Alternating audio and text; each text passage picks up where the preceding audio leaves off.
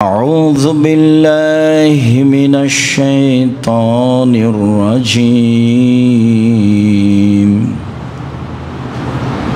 واتل عليهم نبأ ابني آدم بالحق إذ قربا قربانا فتقبل من أحدهما ولم يتقبل من الآخر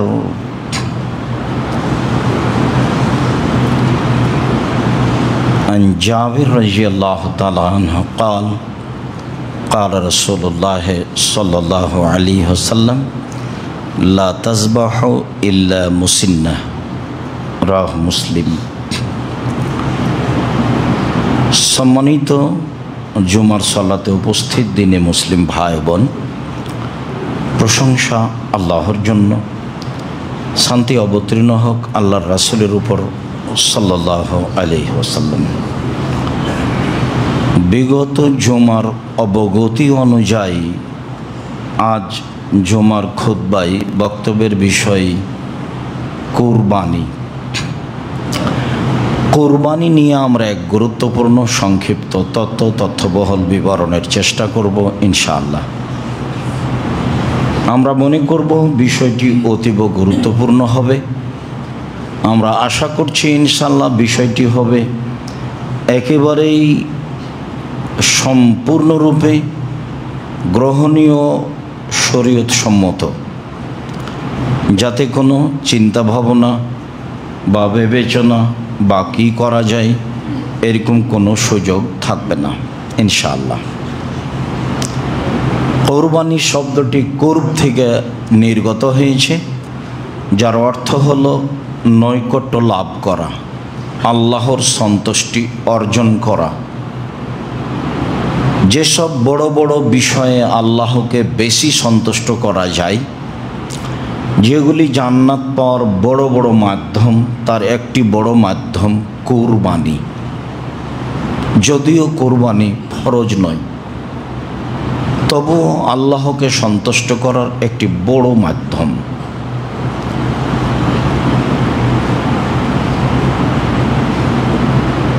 আজ থেকে নিয়ে প্রায় ৫,৫০০ বছর পূর্বে ইরাকের ব্যাবিলন শহরের উর নামক গ্রামে ইব্রাহিম আলাইহিস সালাম জন্মগ্রহণ করেছিলেন।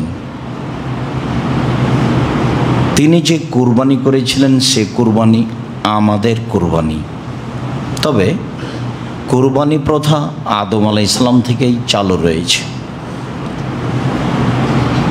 এ ব্যাপারে আল্লাহ তাআলা বলেন, ওয়াতলু আলাইহিম নাবা ইবনাই আদম বিল হক।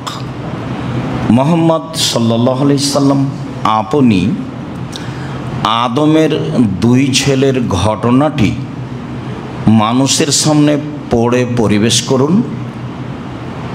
ঘটনা সত্য। তারা দুই ভাই আল্লাহর নিকটে কুরবানি পেশ করেছিল। তাদের দুইজনের একজনের কুরবানি কবুল হয়েছিল, অপরজনের কুরবানি কবুল হয়নি। বলছিলাম, কুরবানি প্রথা আদম আলাইহিস সালাম থেকেই চালু রয়েছে। আদম আলাইহিস সালামের এক ছেলে এক মেয়ে একসাথে জন্ম নিত। আগের ছেলে পরের মেয়ে, পরের ছেলে আগের মেয়ে, এভাবে তিনি বিবাহ দিতেন। কাবিলের সাথে জন্ম নিয়েছিল ইগলিমা, আর হাবিলের সাথে জন্ম নিয়েছিল লিওয়াজা। ইকলিমা দেখতে বেশি সুন্দরী ছিল লিওয়াজার চেয়ে।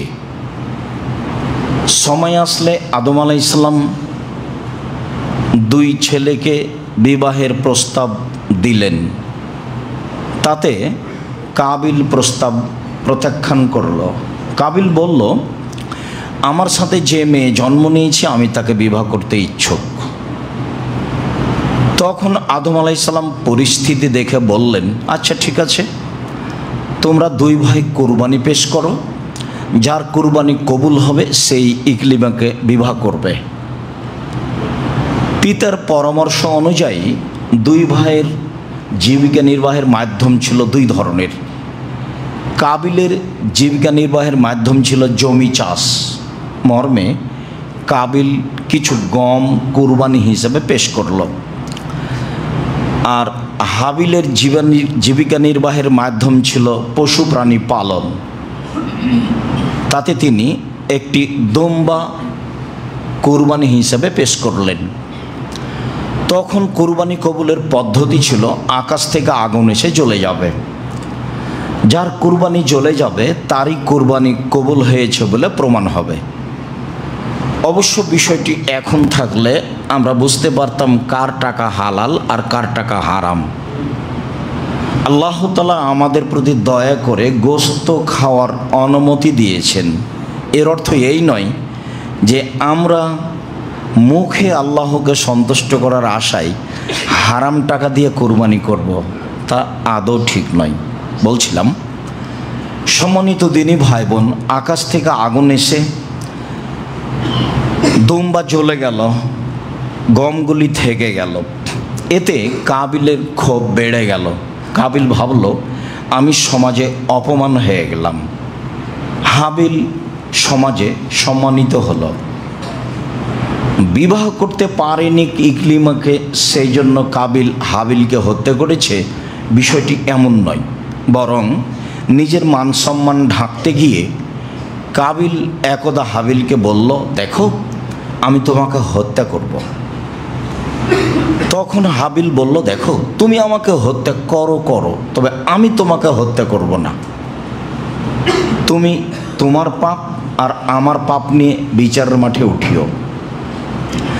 রাসূল সাল্লাল্লাহু আলাইহি সাল্লাম বলেছেন, পরিস্থিতি খুব জটিল হয়ে গেলে সমাজে বাহিরে যায়ও না, বাড়িতেই থাকিও। তো সাহাবীগণ বললেন, পরিস্থিতি এত জটিল যে আমি বাড়িতে থাকলেও মানুষ আমাকে এসে মারবে, তখন কি করব? তখন আল্লাহ রসুল বললেন, আচ্ছা ঠিক আছে, তাহলে আদমের 2 ছেলের ভালোটার মতো হয়েও। কেউ যদি তোমাকে ঘরে মারতে আসে, তুমি বলিও, ঠিক আছে তুমি মারো, আমি তোমাকে মারব না, এই কথা তুমি বলিও। পৃথিবীর অবস্থা এমন একদিন আসবে, মানুষ আপনাকে বাড়িতে ধরে মারবে, পরিস্থিতি এত জটিল হবে। সময়ের গতিতে কাবিল হাবিলকে হত্যা করলো, লাশ পড়ে আছে। কাবিল কি করবে ভাবতে পারে না। ইতিমধ্যে 2টি কাক আসলো। আল্লাহ তাআলা বলেন, একটি কাক আর একটি কাকের সাথে লড়াই করে মেরে ফেলল। জীবিত কাকটি মরে যাওয়া কাককে একটা গর্ত খুঁড়ে মাটিতে পুঁতে দিল। কাবিল বুঝতে পারলো হাবিলকে কি করতে হবে। অপমান বোধ মনে করে কাবিল একটা গর্ত খুঁড়ে হাবিলকে মাটিতে পুঁতে দিল। আজও অমুসলিমকে মাটিতে পুঁতে দেওয়ারই বিধান রয়েছে। যখন আলী রাদিয়াল্লাহু তাআলা আনহু আল্লাহ নবীকে বললেন যে আপনার চাচা ইন্তেকাল করেছে, আল্লাহ নবী বললেন, যাও ওকে নিয়ে গিয়ে গর্ত খুঁড়ে মাটিতে পুঁতে দাও। আমি তো চেষ্টা চালিয়েছিলাম, আমি বলেছিলাম, চাচা আপনি লা ইলাহা ইল্লাল্লাহ বলেন, বাকিটুকু বিচারের মাঠে আমি দেখে নেব কি করা লাগে। তো সে তো আমার কথা মানেনি। মেনে নিলে তো এখন রাসূল সাল্লাল্লাহু আলাইহি ওয়াসাল্লামের পদ্ধতিতে গোসল হতো, জানাজা হতো, কাফন দাফন হতো। যেহেতু আমার কথা আমার চাচা মানেনি, কাজেই তুমি মাঠে নিয়ে গিয়ে গর্ত খুঁড়ে মাটিতে পুঁতে দাও। বুখারী মুসলিম। সম্মানিত দিনী ভাই বোন, তাই হলো, এই হলো ইতিহাস। আমাদের কুরবানি ইব্রাহিম আলাইহিস সালামের কুরবানি। ইব্রাহিম আলাইহিস সালাম তার স্ত্রী সারাকে সাথে নিয়ে এক এলাকা দিয়ে পার হচ্ছিলেন। সেই এলাকায় স্বামী স্ত্রী পার হতে পারে না। তার সাথে ছিল পৃথিবীর সবচেয়ে সুন্দরী নারী সারা। বুখারী মুসলিমের হাদিসে এসেছে, পৃথিবীতে সবচেয়ে সুন্দরী মহিলা ইব্রাহিম আলাইহিস সালামের স্ত্রী সারা। হয়তোবা পৃথিবীতে সবার চেয়ে সুন্দরী, আর না হয় সেই যুগে পৃথিবীতে যত নারী ছিল সবার চেয়ে সুন্দরী। ঐতিহাসিকগণ বলতে চেয়েছেন, ইউসুফ আলাইহিস সালাম মানুষ হিসাবে সবচেয়ে সুন্দর মানুষ ছিলেন, এই জন্য যে ইউসুফ আলাইহিস সালাম পেয়েছিলেন দাদির চেহারা, দাদির রূপ, যার কারণে মানুষ হিসাবে ইউসুফ আলাইহিসসালাম সবচেয়ে সুন্দর মানুষ ছিলেন। বলছিলাম, পরিস্থিতি বেকুতি দেখে ইব্রাহিম আলাইহিসসালাম বললেন, সারা, তোমাকে যদি জিজ্ঞাসা করে এইটা কে, তাহলে তুমি বলিও এটা আমার ভাই। আমি কিন্তু তাদেরকে বলেছি তুমি আমার বোন। তুমি যদি এখন বলো এটা আমার স্বামী, তাহলে আমি একজন মিথ্যুক মানুষ প্রমাণ হয়ে যাব, যা আমি চাই না। তবে সারা, মনে রেখো, মাটির উপরে দুইজন মুসলমান, আমি আর তুমি, এই হিসাবে আমরা দুইজন ভাই বোনও বটে। বহু চেষ্টা করার পরেও রক্ষা হলো না। স্বৈরাচারী শাসকের পক্ষ থেকে সারাকে ডেকে পাঠানো হলো। ইব্রাহিম আলাইহিসসালাম বললেন, ঠিক আছে, যাও। এ বলে তিনি নিজে সলাৎ শুরু করলেন। সারা স্বৈরাচারী শাসকের ঘরে ঢুকলেন। ঢুকতেই স্বৈরাচারী শাসক দাঁড়িয়ে হাত বাড়ালো তার গায়ে হাত দেওয়ার জন্য। সারা বললেন, থামেন, আগে ওযু হবে, 2 রাকাত সলাৎ হবে, তারপরে কোনো কথা। তিনি ওযু করলেন, 2 রাকাত সলাৎ আদায় করলেন, তারপরে আল্লাহকে বললেন, আল্লাহুম্মা, হে আল্লাহ, ইন কুনতু আমানতু বিকা ওয়া বিরাসূলিকা, আমি যদি তোমাকে আল্লাহ বলে মেনে নিয়ে থাকি, আর তোমার নবী ইব্রাহিমকে বলি না আমি স্বামী, আমি বলছি তিনি নবী, আমি যদি তাকে নবী বলে মেনে নিয়ে থাকি, আর আমার জীবনে যদি আমার লজ্জায় স্থান আমার স্বামী ছাড়া কাউকে ব্যবহার করতে না দিয়ে থাকি, এই কথা 3টে যদি সত্য হয়, ফালা তুসাল্লে তালায়াল কাফেরা, তাহলে নির্জনে এই স্বৈরাচারী শাসক যেন আমার গায়ে হাত লাগাতে না পারে। যা বললেন তাই হলো, দেরি হলো না। অজ্ঞান হয়ে স্বৈরাচারী শাসক মাটিতে পড়ে গেল, পা ছড়াতে লাগলো, মারা যাবে। সারা দেখলেন বেগতি, মারা গেলে আমরা স্বামী স্ত্রী মানুষ হত্যা করেছি বলে আটকা পড়ব। তখন তিনি বললেন, আল্লাহ, একে বিপদ থেকে বাঁচাও, আমাদেরকেও বাঁচাও। স্বৈরাচারী শাসক ভালো হয়ে গেল, আবারও অন্যায়ের জন্য হাত বাড়ালো। সারা আবারও বললেন পূর্বের কথা, ঘটনা তাই হলো। বারবার যখন 3 বার হয়ে গেল, তখন স্বৈরাচারী শাসক বলল, এই কে আছো? তোমরা তো একে আমার কাছে পাঠিয়েছে, তো মানুষ নয়, এ তো শয়তান, তোমরা একে নিয়ে যাও। আর ইব্রাহিমকে, হাজেরা নামে মেয়েটিকে দাসী হিসেবে, কাজের মানুষ হিসেবে উপঢৌকন দান করে দাও, উপঢৌকন দিয়ে দাও। বলল খারাপ, ফলাফল ভালো। তো সম্মানিত দিনী ভাই বোন, ইনি সারা। এমন কোনো পৃথিবীতে দিনী বোন আছেন যে বিপদে পড়লে এভাবে বলতে পারবেন? দেখেছেন কেমন সাহস, ইমানের কত গতি। বলছেন, আমি যদি তোমাকে বিশ্বাস করে থাকি, আমি যদি ইব্রাহিমকে নবী বলে মেনে নিয়ে থাকি, আমার জিন্দেগিতে আমার লজ্জায় স্থান আমার স্বামী ছাড়া কাউকে ব্যবহার করতে না দিয়ে থাকি, কথা ঠিক হলে এই নির্জনে এই লোকজন আমার গায়ে হাত লাগাতে না পারে। এটা তার জোরালো দাবি, বুখারী মুসলিমের হাদিস। হাতে হাতে অজ্ঞান হয়ে গেছে। দেখুন, আপনি যাওয়ার সময় একটা বই নিয়ে যাবেন, উপদেশ। উপদেশ বই একটা আলোচনা আছে আল্লাহ ভরসা, বিবরণগুলি দেওয়া আছে কোরআন মাজিদ থেকে এবং বুখারী মুসলিম থেকে। জীবনে চেষ্টা করেছি মানুষের কাছে সঠিক ধর্ম পৌঁছানো, চেষ্টাতে ত্রুটি করেছি, তা আমার মনে বলে না। যদি ভুল হয়ে থাকে তাহলে চেষ্টাই ভুল হয়েছে, আর যদি ভুল না হয়ে থাকে তাহলে যা বলেছি, যা লিখেছি তা সত্য বলেছি, সত্য লিখেছি। কোনো স্বার্থ দিয়ে কোনো কাজ করিনি বলে আমার দৃঢ়তা। যাক, সারা হাজারাকে সাথে নিয়ে স্বামীর কাছে চলে গেলেন। বললেন, স্বৈরাচারী শাসক সফল হতে পারেনি, তাকে আল্লাহ ব্যর্থ করেছে। সে একটা কাজের মেয়ে দাসী হিসেবে হাজারাকে সাথে দিয়েছে। 3 জন মানুষ চললেন স্বদেশে, বসবাস করতে লাগলেন।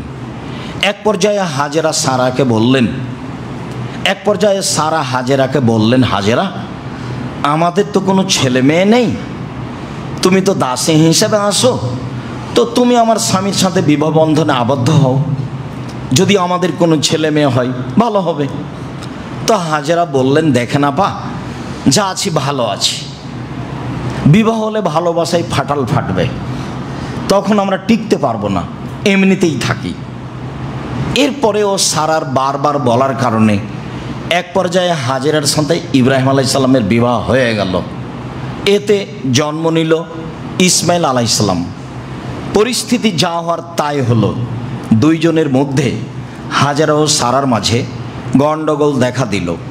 পরিস্থিতি দেখে ইব্রাহিম আলাইসাল্লাম দুধের বাচ্চা ইসমাইল এবং স্ত্রী হাজারাকে নিয়ে চললেন সৌদি আরব কাবা ঘরের পানে। কিভাবে গেলেন লম্বা পথ, ইরাক ফিলিস্তিন থেকে আল্লাহই ভালো জানেন। ফাওয়াজাহুমা ইন্দা দাওহাতা ফওকা জামজামা আলাল মসজিদে। দুধের বাচ্চা ইসমাইলকে এবং স্ত্রী হাজেরাকে কাবা ঘরের পাশে জমজম কূপের উপর পাকুড় গাছের নিচে রেখে দিয়ে উল্টা মুখে চললেন, কিছু না বলে। পিছে পিছে স্ত্রী হাজেরা হাঁটতে লাগলেন আর বলতে লাগলেন, আয়না তাজহাব ইব্রাহিম, ইব্রাহিম কোথায় যাচ্ছেন? আয়না তাজহাব ইব্রাহিম, ইব্রাহিম কোথায় যাচ্ছেন?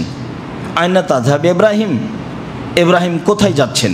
অর্থাৎ কোনা বেহাজলাদি আল্লাহ জেলে গেছে বিনলাশায়, এমন একটা উপত্যকায় ছেড়ে যাচ্ছেন যেখানে মানুষ তো নেই, ঘাস পাতাও নেই। আপনি তো আমাকে কিছু বলবেন, কিছু বলবেন না আমাকে?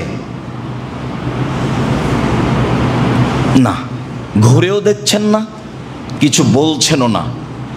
নিরুপায় হয়ে স্ত্রী বলছেন, আল্লাহ আমারা কাহা যা, আল্লাহ কি আপনাকে এইভাবেই চলে যেতে বলেছেন?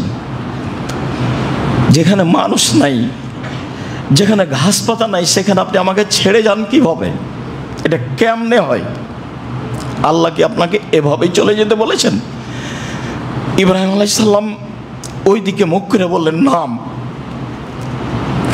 আমার কিছু করার নেই, তিনি এভাবেই চলে যেতে বলেছেন। নাম শব্দ ছাড়া, হ্যাঁ শব্দ ছাড়া ইব্রাহিম আলাইহিসসালাম কিছু বলেননি। একটু দূরে গিয়ে সানিয়া পাহাড়ে পৌঁছে কাবা ঘরের দিকে মুখ করে তিনি হাত তুলে দোয়া করে বলছেন, রব্বানা, হে আমার প্রতিপালক, ইন্নী আসকান্তু মিন যুরিয়াতি বিওয়াদিন গায়রি যি যারিন ইনদা বাইতিকাল মুহাররম, আমার পরিবারের কিছু অংশ রেখে দিলাম আমি তোমার কাবা ঘরের পাশে, অথচ কাবা ঘর নেই, কিছুই নাই সেখানে, জমজম কূপও নেই। বুখারী মুসলিমের হাদিসে এসেছে, তিনি রেখে দিলেন জমজম কূপের পাশে, কাবা ঘরের পাশে জমজম কূপের উপর। তো এবার তিনি হাত তুলে দোয়া করছেন, প্রতিপালক, আমি আমার পরিবারের কিছু অংশ রেখে দিলাম তোমার কাবা ঘরের পাশে, যেখানে মানুষও নেই, যেখানে ঘাস পাতাও নেই। একটু আগে স্ত্রী যে ভাষা বললেন আরবি ভাষায়, সে ভাষা তিনি কোরআনের ভাষায় বললেন আরবি ভাষায়। তখন স্ত্রী বললেন, এদান, আচ্ছা ঠিক আছে, ফালা ইদাইয়ানাল্লাহ তাআলা, যেহেতু আল্লাহ আপনাকে চলে যেতে বলেছেন, কাজে আল্লাহ আমাকে ধ্বংস করবেন না। কি সাহসে তিনি থাকবেন আল্লাহই ভালো জানেন। এর নাম আল্লাহ ভরসা। কিভাবে থাকবেন, কি খাবেন, সন্ধ্যা হলে কি হবে, বাচ্চা কি খাবে, সেটা বলার কোনো ভাষা নেই। এইদিকে এখন রেখে দিলাম, তবে একটুক যে বাচ্চার পাশে এসে বাচ্চাকে বেগতি দেখে দৌড়িয়ে সাফা পাহাড়ে গেলেন পানির আশায়, ঘুরে আসলেন, মারোয়া পাহাড়ে গেলেন পানির আশায়, ঘুরে আসলেন। 7 বার ঘোরাঘুরি করলেন, কোনো পথ হলো না। নিজের বাচ্চার কাছে আসছে, দেখি কি হতে পারে। বাচ্চার কাছে পৌঁছাপাছি যখন একেবারে পাশে পৌঁছে গেছেন, তখন কে যেন বলছে, কি চান? মানে জিবরাইল বলছেন, আমি পানি চাই, আমার ছেলের অবস্থা এই। তো জিবরাইল আলাইহিস সালাম একটি পায়ের আঘাত করলেন, তখন জমজম পানি ফুটে বের হলো একবারে জোরে। হাজেরা পানি ঠেকানোর চেষ্টা করেছিলেন। মানুষে বলে জমজম মানে ঠেকানো। পানি যদি উনি ছেড়ে দিতেন তাহলে সারা পৃথিবীর সব জায়গায় পানি ছড়িয়ে পড়ত। খায়রুল মায়াল অঝিল আর মাও জমজম, পৃথিবীর সবচেয়ে উত্তম পানি হলো জমজম পানি। জমজম পানি খাদ্য, জমজম পানি ঔষধ, এ কথা মুহাম্মদ সাল্লাল্লাহু আলাইহি ওয়াসাল্লাম বলেন। হাদিস বুখারী মুসলিম। বাকি আলোচনা থেকে যাক। ইব্রাহিম আলাইহিস সালাম রেখে চলে গেলেন। অনেক দিন পরে আসলেন, আহাল পরিবার দেখে আসি। ইতিমধ্যে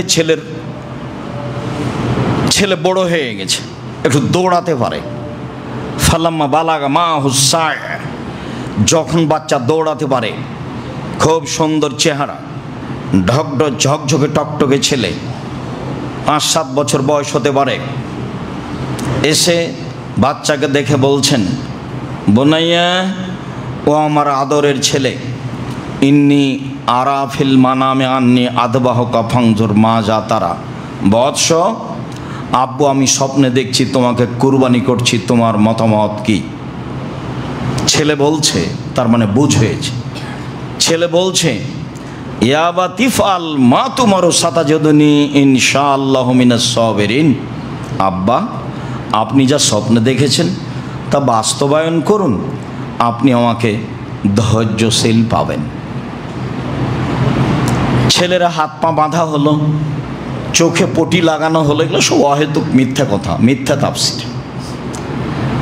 ছেলে তো বলছে যে আপনি আমাকে ধৈর্যশীল পাবেন, আবার ছুরির নিচে লোহা লাগিয়ে দেওয়া হয়েছে সেজন্য ছুরি কাটে না, এগুলো সব অহেতুক মিথ্যা ইতিহাস। আল্লাহ ছুরিকে বলে দিয়েছেন তুমি কাটবা না, তোমার কাটার ক্ষমতা বন্ধ। বাস, জড়বস্তু আল্লাহর আদেশ মানে।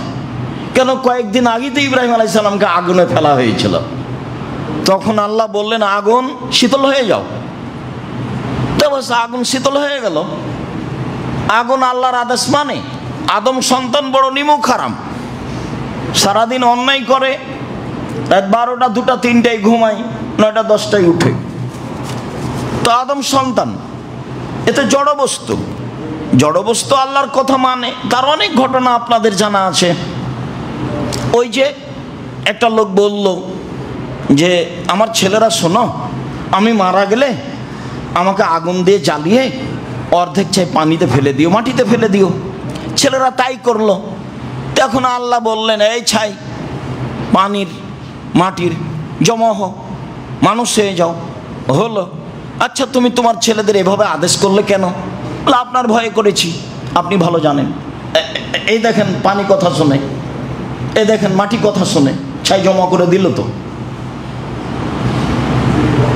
99 জনে 100 জন লোককে হত্যা করে এখন দুনিয়া থেকে বিদায়। দেখুন জাহান্নামের ফেরেশতা জান্নাতের ফেরেশতা হইচই করছে, নিয়ে যাবে। তখন আল্লাহ বলছেন থামো থামো থামো, তোমার একটু মাপো তো। মাওলানা সাহেবকে জিজ্ঞাসা করার জন্য যে গ্রামে যাচ্ছিল, এখন লাশ যেখানে পড়ে আছে, তো গ্রাম দূরে আছে না যে পথ বেশি হেঁটে গেছে সেই পথ আগিয়ে গেছে, কোনটা? তো মেপে দেখা গেল যে পথ বেশি হয়ে গেছে হেঁটে যাওয়াটা। তো লাশ তো ওখানেই পড়ে আছে, কোথায় যাবে? আল্লাহ গ্রামকে বলেছেন গ্রাম আগিয়ে আসো। আর যে গ্রামে লাশ পড়েছে সেই গ্রামকে আল্লাহ বলেছেন সরে যাও, গেছে। জড়বস্তু কথা শুনে ছুরিকে বলে দিয়েছে কাটবে না, বাস কাটে না, হয়ে গেছে। 90 বছরের বৃদ্ধ মানুষ, ফাসলামাতাল্লাহুল জাবিন, চুল দাড়ি পেকে গেছে, মিনা মাঠে ছেলেকে নিয়ে গেছেন, কেউ নাই দেখার। আল্লাহ দেখছেন, ফেরেশতা দেখছেন আকাশ থেকে। ছেলেকে উপর করে সইয়ে দিয়ে বারবার ছুরি চালাচ্ছেন, ছুরি কোনো কাজ করে না। এক পর্যায়ে আল্লাহ তাআলা বলছেন, ইয়া ইব্রাহিম কাদ সাদ্দাকতা রুয়া, ইব্রাহিম তুমি তোমার স্বপ্নকে বাস্তবায়ন করেছো, তোমার ছেলেকে কুরবানি করতে হবে, এই ঠেকা আমার বাঁধেনি। আসলে দেখছিলাম তুমি পরীক্ষায় পাস করতে পারো কিনা। ইন্না হাদা লাহুল বালাউল মুবিন, এটা তোমাকে বিরাট পরীক্ষা, তুমি পরীক্ষায় পাস করে গেছো। অফাদাইনাহু বিজিবহিন আযীম, বড় কুরবানির মাধ্যমে আমি তোমার ছেলেকে ছাড়িয়ে নিলাম, যেই পশুটি আমি আদম আলাইহিস সালামের ছেলের হাবিলের কুরবানি হিসেবে দিয়ে জ্বালিয়ে রেখেছিলাম, সেইটি আবার তোমাকে কুরবানি করতে দিলাম। তুমি সেই পশু কুরবানি করো। এই পশু কুরবানির মাধ্যমে তোমার ছেলে ইসমাইলকে আমি ছাড়িয়ে নিলাম। এটা বড় কুরবানি। আল্লাহ তাআলা বলছেন বেজিবিহিন আযীম, বড় কুরবানি দিয়ে আমি তোমার ছেলেকে ছাড়িয়ে নিলাম। বড় কুরবানি মানে অনেক বড় নেকির কাজ। ছেলে কুরবানি দিতে হবে না, সুন্দর পশু দেখে কুরবানি দিবেন, বাস বড় নেকি হবে। মানুষের পাল্লাই পড়ে হুজুরের বক্তব্যের চোটে পরিবর্তন হয়েন না। চলেন এবার কাছাকাছি আসি। ইব্রাহিম আলাইহিস সালামের কুরবানি, আমাদের কুরবানি, মুহাম্মদ সাল্লাল্লাহু আলাইহি ওয়াসাল্লাম কুরবানি সম্পর্কে কি বলেন স্পষ্ট হই। আল্লাহ বুঝে আমাদের তৌফিক দান, আমল করার তৌফিক দান করুক। আল্লাহুম্মা আমিন। আল্লাহুম্মা সাল্লি আলাইহি আল্লাহুম্মা বারিক আলাইহি।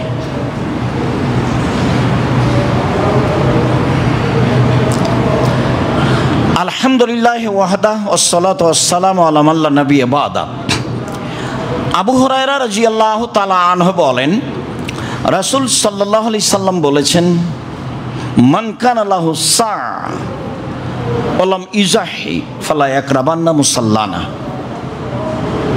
যার অর্থ সম্পদ আছে কুরবানি করার, সে যদি কুরবানি না করে তাহলে সে যেন আমার ঈদের মাঠে না আসে।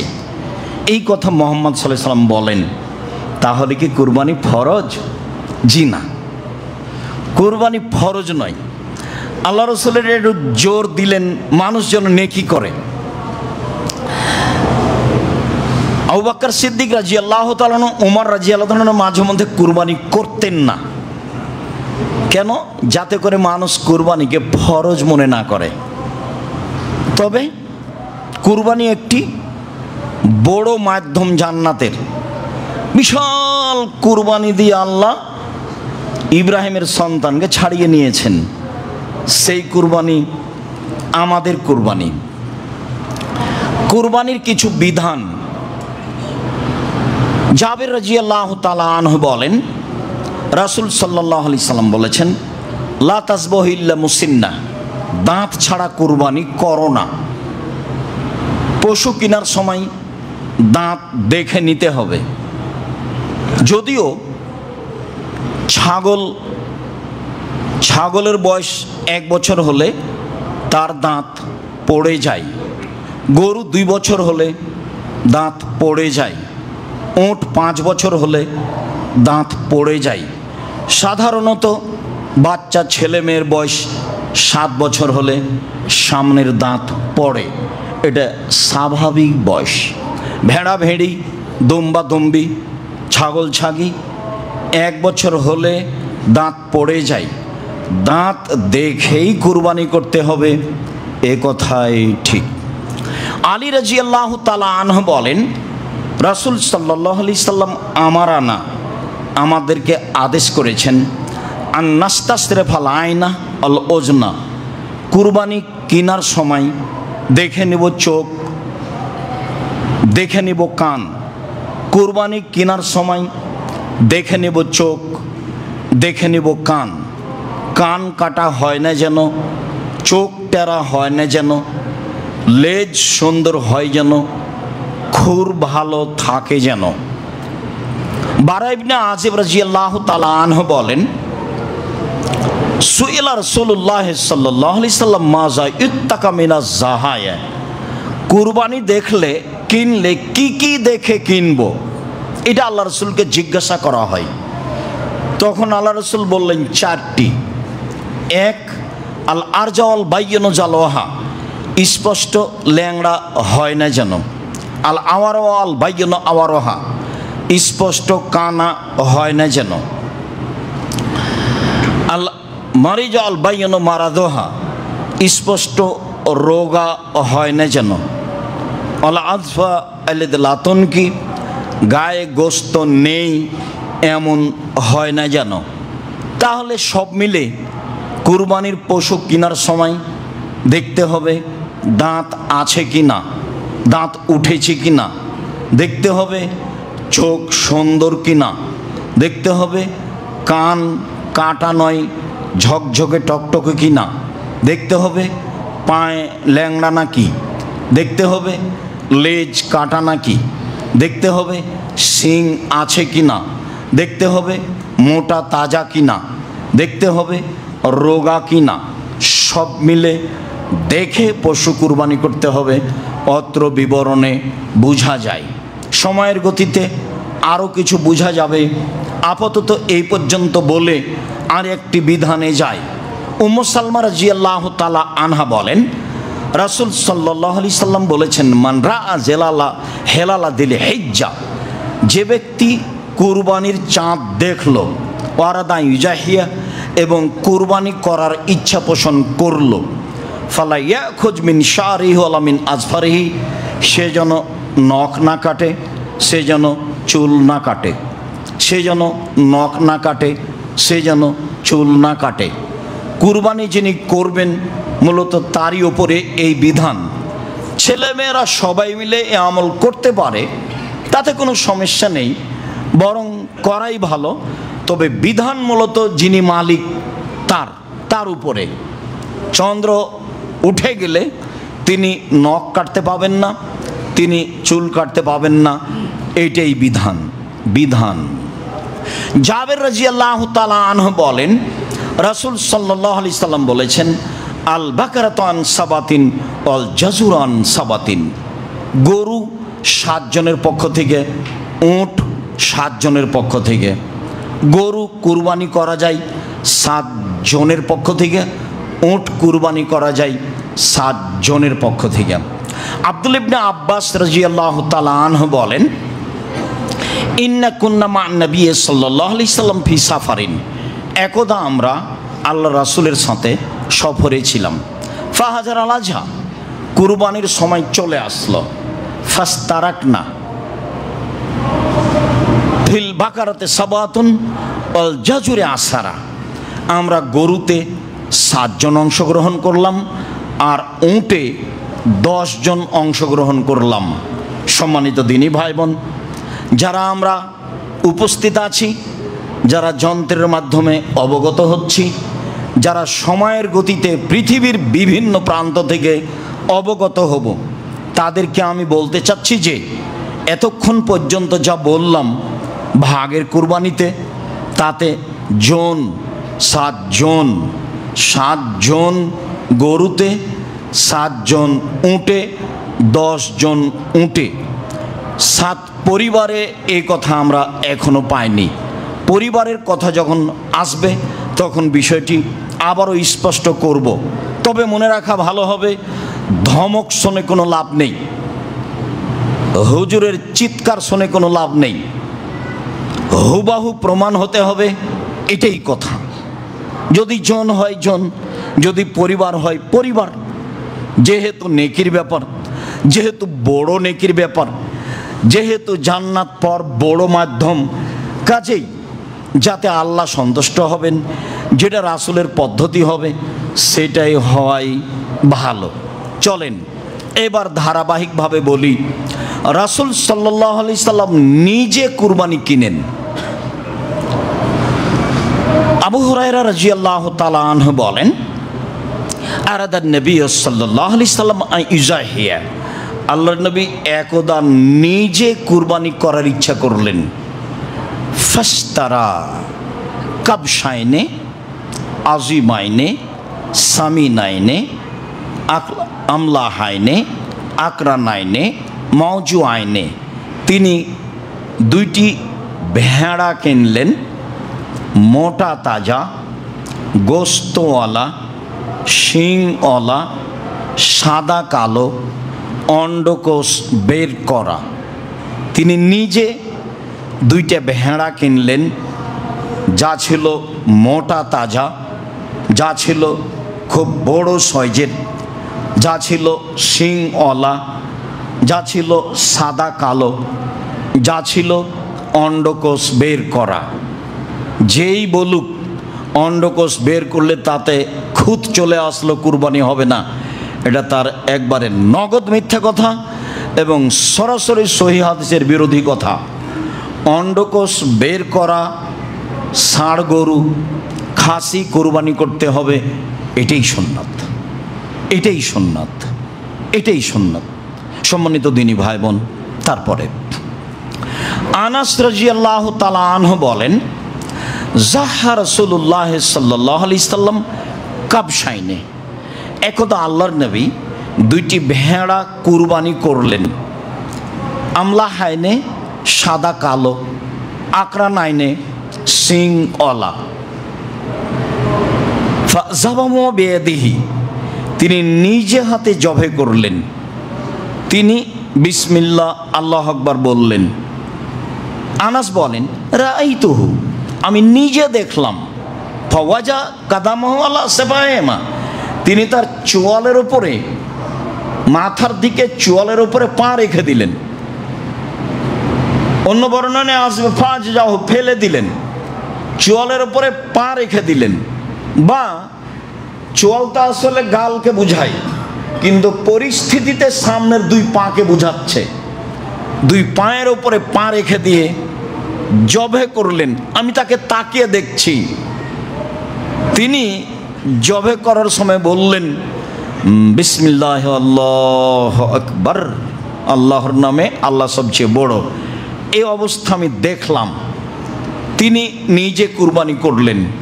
এবার তিনি কুরবানি কিনতে বলছেন। আয়েশা রাদিয়াল্লাহু তাআলা আনহা বলেন, আমার রাসূলুল্লাহ সাল্লাল্লাহু আলাইহি সাল্লাম বেকাবশিন, আল্লাহ রাসূল আদেশ করলেন, আনাস একটি ভেড়া কিনে নিয়ে আসো। এটাও বেসাওয়াদিন ও এব্রকো বেসাওয়াদিন ও এনজরো বেসাওয়াদিন। ভেড়া কেনার সময় তুমি দেখবা শিং অলা, কালোতে হাঁটে, কালোতে শয়, কালোতে দেখে। কেনার সময় এটা দেখে, এটা বলে দিচ্ছেন, দেখো যাও একটা ভেড়া কিনো, শিং অলা, কালোতে হাঁটে, কালোতে খায়, কালোতে শয়। মানে কি? পেট কালো। মানে কি? চোখ কালো। মানে কি? পা কালো। তো সব মিলে রঙের মধ্যে কালো ভালো। বিদ্বানগণ বলতে চেয়েছেন যে রহস্য আমরা পূর্ণ উদ্ঘাটন করতে পারি না, আল্লাহই ভালো জানেন। তবে আমরা মনে করছি যে কালো প্রাণী হলে গোশত স্বাদ বেশি হতে পারে, আল্লাহ আলাম। তিনি এ কথা বলেছেন, যা হাদিসে এসেছে স্পষ্ট আপনার সামনে করলাম। ফউতিয়ে বিহি লইজে হে বিহি, ঠিক এইরকমই ভেড়া তার কাছে নিয়ে আসা হলো। যখন নিয়ে আসা হলো তখন তিনি বললেন, আয়েশা হালুমিল মুদিয়া, ছুরিটা নিয়ে আসো। এই দিনের পূর্বে ছুরির আরবি যে মুদিয়া তা আমরা শুনিনি, এ কথা সাহাবীগণ বলেন। তো তিনি বললেন, আয়েশা ছুরিটা নিয়ে আসো। সুম্মা কালা, তারপর তিনি বললেন, আয়েশা বাস হাজিহা বেহাজারিন, পাথর দিয়ে তাকে ধারালো করো। ছুরি ধারালো কাজ আমাদের দেশে পুরুষে করে। আল্লাহর নবী আয়েশাকে বলছেন, প্রায় সব কথাই তিনি আয়েশাকে বলতেন, আদেশ করতেন।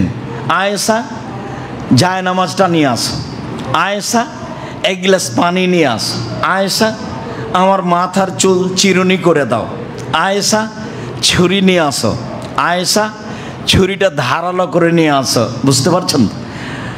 আমার দিনী বোনদেরকে এখানে আর একটা কথা বলে রাখছি, সারা পৃথিবীর যত দিনী বোন বাংলা ভাষায় শরীয়ত অবগত হবেন, হচ্ছেন, আল্লাহর নবী স্ত্রীর নাম ধরে রাখতেন। একটু আগে চলে গেল বুখারী মুসলিমের হাদিস, ইব্রাহিম আপনি কোথায় যাচ্ছেন? ইব্রাহিম আপনি কোথায় যাচ্ছেন?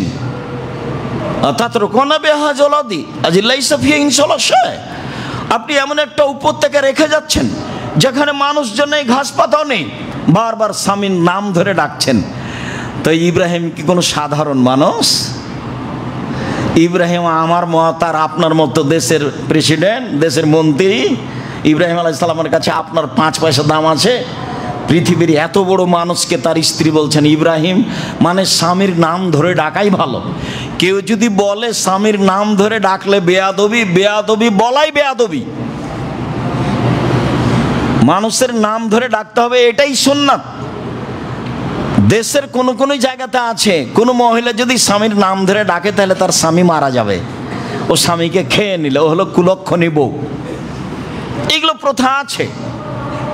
পরস্পরের নাম ধরে ডাকলে ভালোবাসা ভ্রাতৃত্ব বাড়ে। দেখেন না, আপনি বারবার বলছেন আয়েশা ছুরিটা নিয়ে আসো, ছুরিটা ধারালো করে নিয়ে আসো, ফাফালাত, তাই করলেন। ফাঁকা যাহা, ভেড়াটা হাতে নিলেন, ওয়াখাজাল কাবসা, ছুরিটা হাতে নিলেন, ভেড়াকে হাতে নিলেন। আয়েশা বলছেন ফাজা যাহু, তিনি ফেলে দিলেন, দিয়ে বলছেন বিসমিল্লাহ আল্লাহুম্মা তাকাব্বাল মিন মুহাম্মদ ওয়া আলে মুহাম্মদ ও উম্মতে মুহাম্মদ। আল্লাহ, তোমার নামে কুরবানি করছি, এটা তুমি কবুল করো মুহাম্মাদের পক্ষ থেকে, মুহাম্মাদের পরিবারের পক্ষ থেকে, মুহাম্মাদের উম্মতের পক্ষ থেকে। বিসমিল্লাহ আল্লাহুম্মা তাকাব্বাল মিন মুহাম্মদ ওয়া আলে মুহাম্মদ। আপনি এখন বলবেন বিসমিল্লাহ আল্লাহু আকবার, আমার পক্ষ থেকে, আমার পরিবারের পক্ষ থেকে, দিয়ে জবে করা শুরু করবেন। বাকি আরবি আপনার বলার দরকার নাই। বিসমিল্লাহ আল্লাহু আকবার, আমার পক্ষ থেকে, আমার পরিবারের পক্ষ থেকে।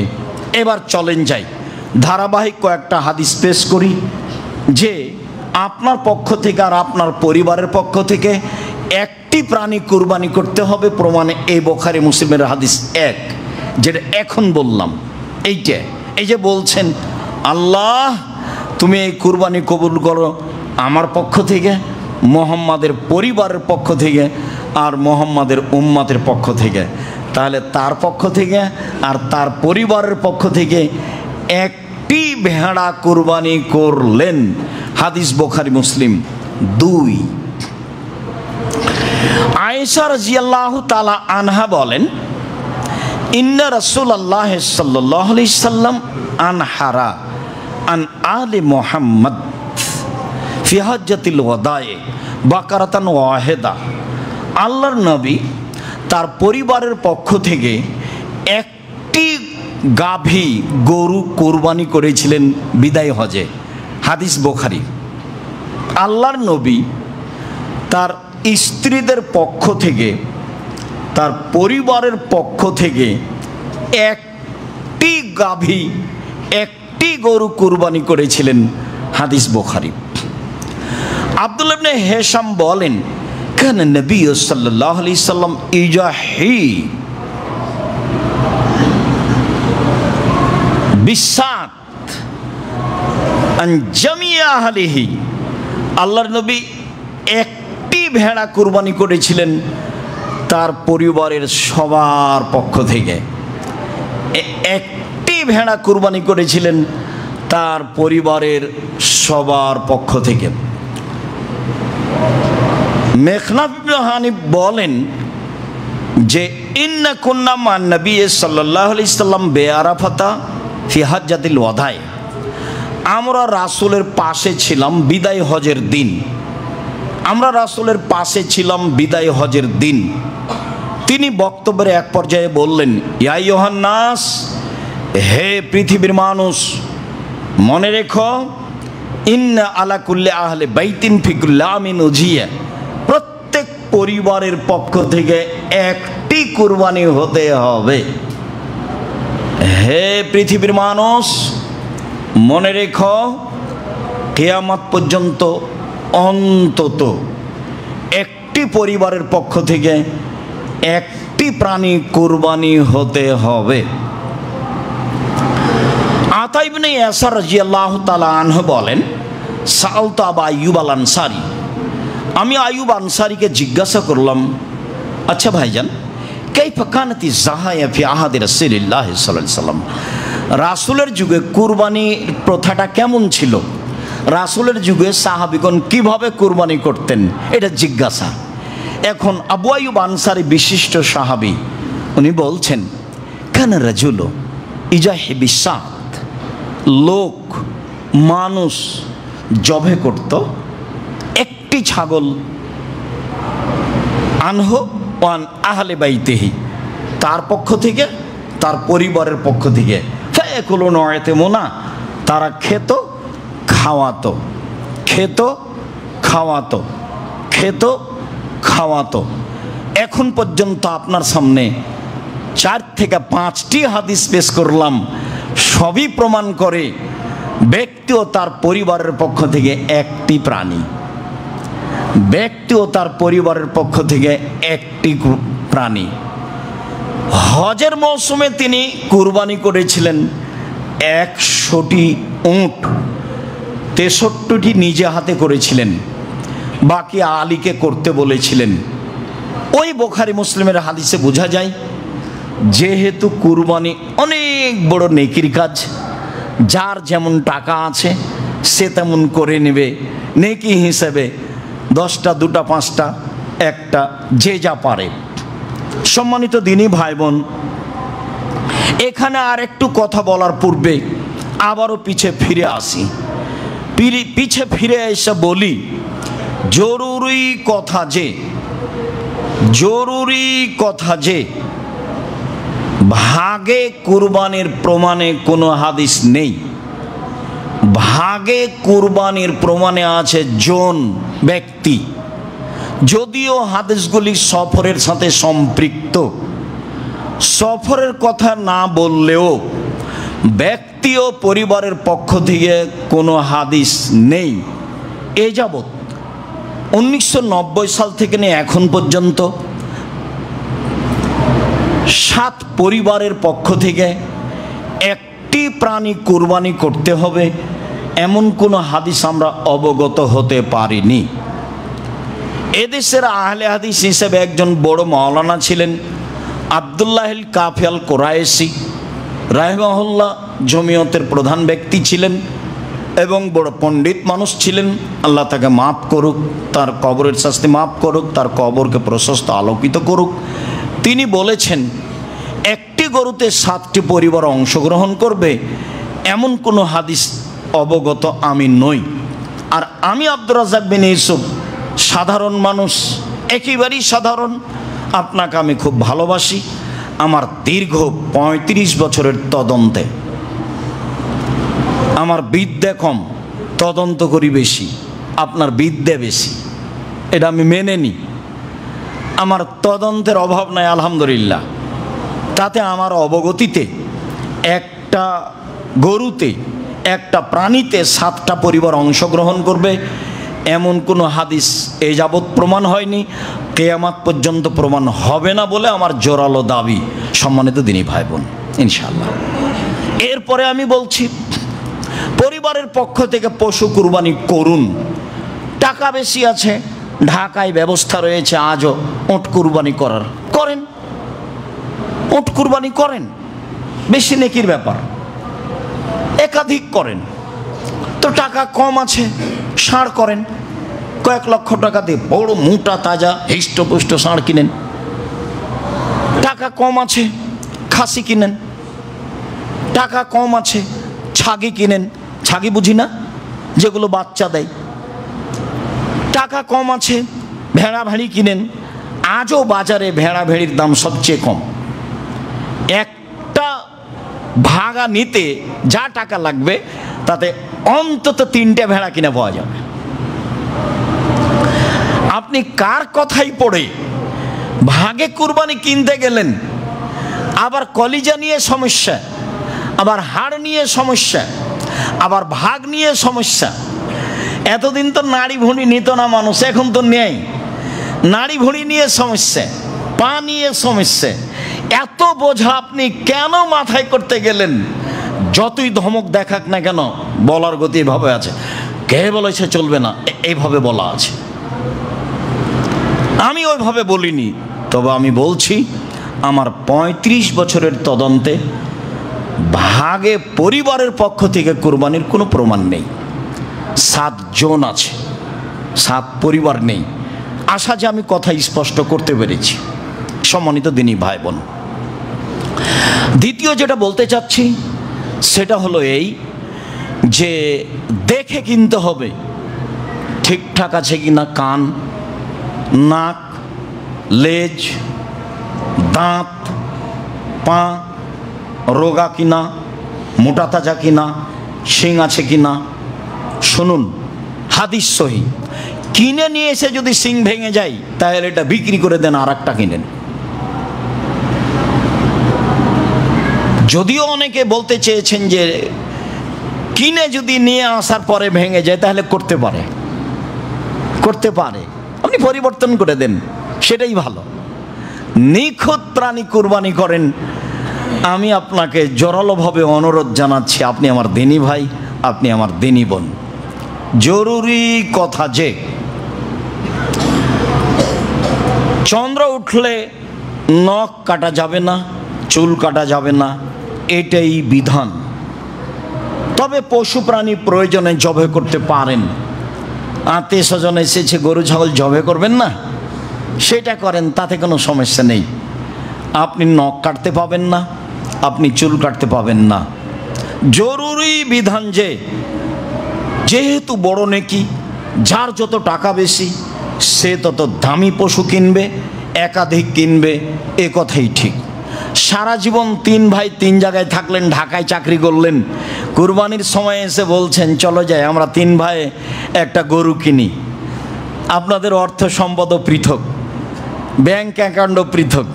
আজকে কোন দুঃখে 3 ভাইয়ের টাকা দিয়ে একটা গরু কিনলেন? হ্যাঁ, আমার পরামর্শ শোনেন, 3 ভাইয়ের টাকা দিয়ে একটা গরু কিনেন, সেটা আপনার আব্বার নামে করেন, আর আপনারা 3 ভাই মিলে 3টা ছাগল কুরবানি করেন, তাহলে সবারই হলো। দেখেন তো পরামর্শটা ভালো হয় কিনা, এটাই হতে হবে। আপনি কম দামে কিনেন, দেখে সুন্দর বাজার একটা ছোট্ট ছাগল কিনেন, দাঁত হয়েছে বেশ সুন্দর ঝকঝকে, 10,000 12,000 15,000 কিনেন। ভুল পথে যাচ্ছেন কেন? সারা জীবন ভিন্ন থাকলেন, কুরবানিতে এক হয়ে গেলেন। আপনি বুঝলেন নিজের মতো, আল্লাহ বুঝে না। আপনি গোশতের জন্য কুরবানি করতে চাচ্ছেন কেন? এই খাতে ফিরে আসতে হবে, ফিরে আসতেই হবে। আরো জরুরি কথা যে কুরবানির গোশত 3 ভাগ করতে হবে, এমন কথা আল্লাহর নবী বলেননি। 3 ভাগ করলে গুনাহ হবে এ কথা নয়। কুরবানির গোশত ফেরত নিলে, দান করার পরে ফেরত নিলে, যেমন বমন করে আবার মুখ খেয়ে নেওয়া হয় তেমন এ কথা নয়। কুরবানির গোশত খুব দামি জিনিস, আপনি ফকির মিসকিনকে দিবেন আর নিজে খাবেন।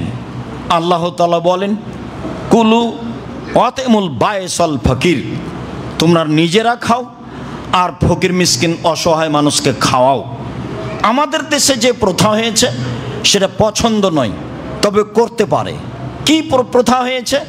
আরে 3 ভাগ করো, করে বলে 1 ভাগ ফকির মিসকিনকে দাও, আর 1 ভাগ আত্মীয় স্বজনকে দেও খাও, আর 1 ভাগ জমা রাখো।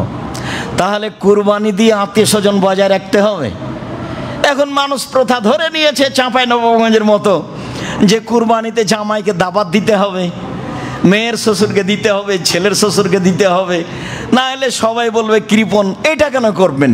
একটা বড় মাছ কিনে আজকে দিয়ে পাঠান, এর নাম হাদিয়া। কেন আপনি এইটা দিয়ে সম্পর্ক বজায় রাখতে হবে, এদিকে গেলেন কেন? হাদিয়া তো আছেই। সম্মানিত দিনী ভাই বোন, কুরবানি দিয়ে আত্মীয় স্বজনের সম্মান রক্ষা করতে হবে, ভুল হিসাব। হাদিয়া দিয়ে আত্মীয় স্বজনের সম্মান রক্ষা করতে হবে, এবং পরহেজগার মানুষকে হাদিয়া দিতে হবে, খাবার জন্য বলতে হবে, এটাই বিধান। বলছিলাম 3 ভাগ করলে গুনাহ হবে কি? জি না। 3 ভাগ না করলে গুনাহ হবে কি? জি না। ভালো, বরং কি করতে হবে? বরং খান আর দিয়ে দেন, খান আর দিয়ে দেন। দেওয়ার মতো যদি মানুষ না থাকে তো 2-1 কেজি দিয়ে সবই রেখে দেন, কোনো সমস্যা নেই। 2-4-5 কেজি রেখে সবই দিয়ে দেন, সমস্যা নেই। বুখারী মুসলিমের হাদিসে এসেছে, আল্লাহ নবী আলীকে বললেন, আলী সব গোশত ফকির মিসকিনকে ভাগ করে দাও, ওর চামড়া ভাগ করে দাও, ওর গায়ের যে শীতের দিনে দেওয়ার যে একটা ঝুল, একটা কাপড় ছিল, একটা জিনিস ছিল গায়ে দেওয়া পশুটার, সেটা দিয়ে দাও ফকির মিসকিনকে। হাদিস বুখারী মুসলিম। আলী কসাইকে এখান থেকে গোশত দিবা না, কসাইকে টাকা দিয়ে কসাই ডেকে নিয়ে আসো, 2000 থেকে 10,000 লাগুক তাতে আসে যায় না। আজকে অন্তত গোস্ত দিয়ে তাকে খুশি করতে হবে না। হ্যাঁ, আপনি যদি মনে করেন যে আমার বাড়ির কসাই, পাশের কসাইও খুব নিঃস্ব মানুষ, সেটা ভিন্ন জিনিস। আপনি তাকে বলবেন না যে তুমি আমার সাথে কাজটা করে দিলে সেই জন্য এটা দিচ্ছি, এটা আপনি বলবেন না। বলবেন দেখো তুমি গরিব মানুষ, এই যে 2000 টাকা নেও, আর গোস্তটা আমি তোমাকে নিঃস্ব মানুষ হিসেবে দিলাম। কসাই কি দিতে আল্লাহ রাসূল নিষেধ করেছেন? নিষেধের পদ্ধতি বের করতে হবে, নিষেধেই থাকতে হবে। সম্মানিত দিনী ভাই বোন, আমি আপনাকে জিনিসটি বোঝানোর চেষ্টা করেছি। যদি কোথাও ভুল থেকে থাকে তাহলে আপনি সালাতের পরে বললে আপনার সামনে আমি স্পষ্ট করার চেষ্টা করব। বলি আল্লাহ তুমি আমাদেরকে বৈধ পয়সা দিয়ে কুরবানি করার তৌফিক দান করো, যাতে করে আমরা আল্লাহকে সন্তুষ্ট করতে পারি, তোমাকে সন্তুষ্ট করতে পারি। আল্লাহ তুমি ফিলিস্তিনের অবস্থা দেখতে পাচ্ছ, তুমি সর্বশক্তিমান, তুমি যা আজিজ পরাক্রমশালী, আমরা এটা বিশ্বাস করি। দিনকে যেমন দিন বলি, রাত বলি না, রাতকে যেমন রাত বলি, দিন বলি না, এইটা যেমন বিশ্বাস করি তেমন তোমাকে বিশ্বাস করি তুমি সর্বশক্তিমান। পৃথিবীর কোনো মানুষ তোমাকে ঠেকাতে পারে না। আজ সামুদ তোমার কিছু করবে এটা তুমি মনে করনি, তুমি সময়ের গতিতে ধ্বংস করেছ। আমরা সাধারণ মানুষ ফিলিস্তিন থেকে অনেক দূরে থাকি, তোমার দরবারে জুমার খুতবার শেষে আন্তরিকভাবে বলছি তুমি সর্বশক্তিমান, তুমি আমাদের কথা কবুল করো।